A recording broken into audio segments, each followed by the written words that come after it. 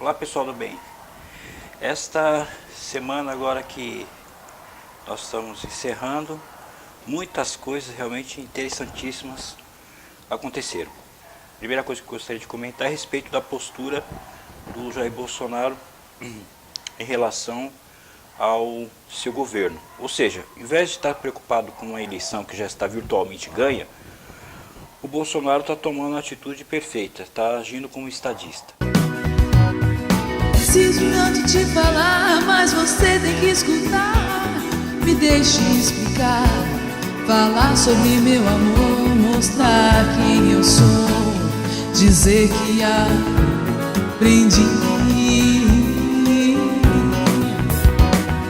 Primeira impressão, analógica é que fica, mas como perder toda essa confusão?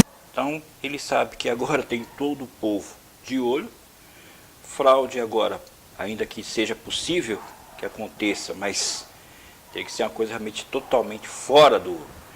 Porque a realidade é que hoje ele tem, na prática, 70 contra 30 do Haddad. Então a fatura já está fechada. E ele está fazendo uma coisa, está tomando atitudes realmente perfeitas. Primeira coisa, já está anunciando o seu ministério, ou seja, ele não está esperando o resultado de eleições estaduais, o segundo turno, os governadores, para definir o seu ministério. Uma coisa que parece bem clara é que ele já tinha esses nomes, né, obviamente, já na sua cabeça. E as escolhas, até agora, para mim, me pareceram extremamente razoáveis. Então ele está seguindo aquilo que ele havia prometido na campanha, fazer indicações técnicas, não indicações baseadas em critérios políticos. Não fez conchavo, que já todo mundo esperava, a segundo turno, ele vai fechar conchavo com o partido aqui, outro partido ali. Não, ele está mantendo a coerência daquilo que ele prometeu na sua campanha. E faz sentido, porque se chegou até aqui, com praticamente 47% dos votos válidos, agora que ele precisa de 3, 4% que seja, ele vai quebrar aquilo que ele falou, não faria mínimo sentido, seria a burrice dele absurda. E a respeito desse ministério, claro, o Paulo Guedes já era bem conhecido, já todo mundo já sabia. O Onyx Lorenzoni também já não foi nenhuma surpresa, e isso é interessante porque ele traz com certeza o DEM para a base, né, para a sua base de apoio, que é muito importante, e isso fica claro, inclusive com o apoio do ACM lá na Bahia, né, que já declarou realmente o apoio, e inclusive é óbvio que o pessoal da IBL, por exemplo, que são filiados ao DEM, é óbvio que vão fechar com o Bolsonaro, seria muito estúpido que fosse algo diferente. Então, na verdade, ele já tem aí basicamente o DEM com ele. A indicação do astronauta, nosso querido astronauta Marcos Pontes, como ministro da Ciência e Tecnologia, já era algo esperado, ele que chegou a aventar a possibilidade de Marcos Pontes ser o seu vice-presidente, e eu vejo aí algumas pessoas fazendo um comentário meio jocoso. Amigo, veja a ficha do cara, por favor. Né? O cara veja o currículo do menino, né? Engenheiro pelo ITA, não é assim não, é um astronauta, não. Veja a ficha do menino. Eu diria que se a gente for analisar friamente, está muito mais dentro da realidade do que realmente a gente precisa em termos de ciência e tecnologia, do que esse monte de ministro que nós tivemos aí.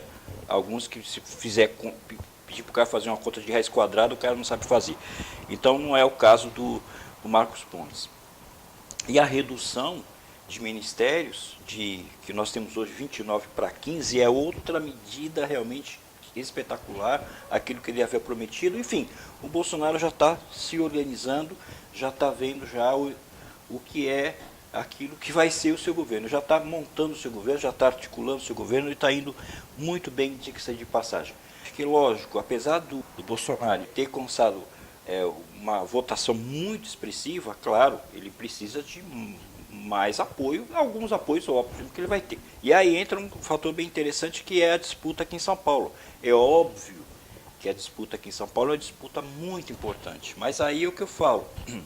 O João Dória já foi até lá, no Rio de Janeiro, pedir o apoio do Bolsonaro, e aí o Bolsonaro seguindo, né, já que ele já declarou que só vai dar apoio a um candidato, que é o Marcos Rocha, lá de Rondônia, que é o único candidato do PSL que chegou ao segundo turno, mas é lógico que ele sabe que São Paulo, assim como outros estados, o apoio de certos candidatos aí vai ser realmente muito importante. Então, aí eu percebo realmente a inteligência de trabalho da turma do PSL, porque o João Dória foi lá, né? Tá claro que, na verdade, o candidato que o Bolsonaro certamente apoia é o João Dória, mas ele tomou a atitude que eu acho extremamente coerente. O João Dória foi até lá e ele, o Bolsonaro, não, eu continuo neutro, não apoio ninguém, o partido tampouco e tal, mas aí você vê, aparece quem lá? O objetivo da nossa visita hoje aqui foi reafirmar o nosso apoio e voto ao candidato Jair Bolsonaro. E eu sou um candidato a favor do Brasil e contra o PT. Quero voltar a dizer que a minha posição é contra o PT, contra as esquerdas e contra aquilo que representa a candidatura do fantoche Fernando Haddad. Como a mulher mais votada da história da Câmara dos Deputados, mulher forte do PSL em São Paulo, e com a autoridade que eu tenho, com mais de 1 milhão de votos, declaro meu apoio ao João Dória. A gente precisa ter, de fato, um homem liberal, com os ideais alinhados até o que nós temos de governo, que o Paulo Guedes tem, para trabalhar em união, gente. Não tem outro caminho, é só olhar o que o Dória acredita, o que nós acreditamos como equipe de governo, equipe econômica, como parlamentares, para entender que os discursos se cruzam, se casam, é natural. Não é uma coisa forçada, é absolutamente natural. Não tem como a gente se alinhar a um partido que está muito alinhado à esquerda, que tem PCdoB dentro alinhado, que tem PT, por mais que diga que não tem, a gente sabe que tem, então vai contra o nosso discurso. Eu vou trabalhar por João Dória incessantemente em São Paulo, porque acredito que ele representa aquilo que vai ao encontro do que nós entendemos. Nós queremos lutar contra a esquerda. Eu acho que se perguntar para qualquer, ou para a maioria dos integrantes do nosso partido, em quem votaria, se em Márcio França ou em João Dória, a maioria dos meus pares, que foram eleitos para a Câmara dos Deputados, também votarão pelo João Dória. Tenho uma enorme admiração por ele. Se eu estivesse em São Paulo, eu votaria no João. Nada menos que o Paulo Guedes, né, o ministro da Fazenda, da Economia, não sei como é que vai se chamar o Ministério do Doravante, a partir do momento que ele assumiu o poder, e a Joyce Hasselmann, que dispensa, né, comentários. E os dois foram lá, nosso apoio e tal. E aí, é uma coisa que eu acho interessante, dá para ver que o pessoal aí do PSL de bobo não tem nada. Porque vamos imaginar que em vez do Dória, ou amanhã depois o Márcio França resolva ir até lá ao Rio de Janeiro, vai acontecer a mesma coisa. Né? O Bolsonaro não vai aparecer com um candidato, o partido vai declarar que é neutro nesse caso, mas aí você vai ver, por exemplo, o Major Olímpio e o Marcos Pontes lá ao lado dele, exemplo, ao lado dele, fala, não, esse é o nosso candidato, ou seja, não tem como perder. Então esse pessoal do PSL, na verdade, está saindo melhor que a encomenda, de bobo eles não tem nada. E aí entra uma questão muito interessante, aqui em São Paulo principalmente. Por quê? Nós temos aí dois candidatos, um que é o Márcio França, que é o atual governador aqui de São Paulo, do PSB, e o João Dória. Muito bem. Então, tanto o PSB hoje é uma força considerável, né, que deve ser levado em conta, principalmente o crescimento, a força do PSB lá no Nordeste é muito representativa, é um partido que é de esquerda e tal, a gente sabe disso, mas é um partido que pelo menos dá para levar a sério. Né? Ao contrário do PT da vida, PCdoB da vida, o PSB é um partido que dá para levar a sério. E ao mesmo tempo nós temos uma outra força, que é o João Dória, vivendo essa nova realidade agora, aqui em São Paulo. Porque o PSDB é um partido que está definitivamente rachado. Isso aí está óbvio, está todo mundo vendo. Quando o Alckmin começou sua campanha, ele começou com aquela conversa de campanha equivocada, como é normal acontecer com o PSDB, veio atacando o Bolsonaro, quando ele deveria ter feito exatamente o oposto. O PSDB devia ter atacado, era o PT e o PDT. Mas acontece que aí entra aquela questão que eu já falei anteriormente. O PSDB, diferente do PT, que é comunista lá em cima e comunista lá embaixo, ou seja, a plataforma, a base do partido, os militantes do partido são de esquerda, são comunistas e socialistas e tal, e a cúpula a mesma coisa, né? Agora o PSDB é diferente, a base é de direita, mas a cúpula é toda de esquerda. Essa que é a verdade. E o único candidato, já disse isso e volto a reiterar, que hoje expressa o que é o PSDB de verdade, é o João Dória. Agora, a questão é saber como que vai ficar a coisa, porque já está tendo essa confusão toda aí, né? O partido aqui em São Paulo já caçou o Goldman, porque ele apoiou outro candidato aqui em São Paulo para o governo, aquela conversa toda. O Vitório Nacional do Partido já resolveu diferente, que não pode, tá? Aquela confusão desgraçada. O partido hoje está dividido entre essa cúpula, Serra, Alckmin, Goldman, esses caras todos aí, tudo comunista, né, socialistas e sei mais o que for, e do outro lado o Dória, que certamente conta com grande apoio da base do partido, do PSDB. Então a vitória do Dória aqui o alça certamente a nova liderança do PSDB. Agora a derrota dele, pelo contrário, faz com que ele de certa forma se enfraqueça. Então continuaria, vamos dizer assim, o Alckmin dando as caras. Se o Dória ganha a eleição aqui em São Paulo, seria algo realmente formidável para o próprio Bolsonaro, porque certamente o Dória passaria a ser um novo manda-chuva, já que é o único candidato assim, com algum peso, né, após essas eleições, já que a Anastasia lá em Minas Gerais praticamente não tem mais chance alguma.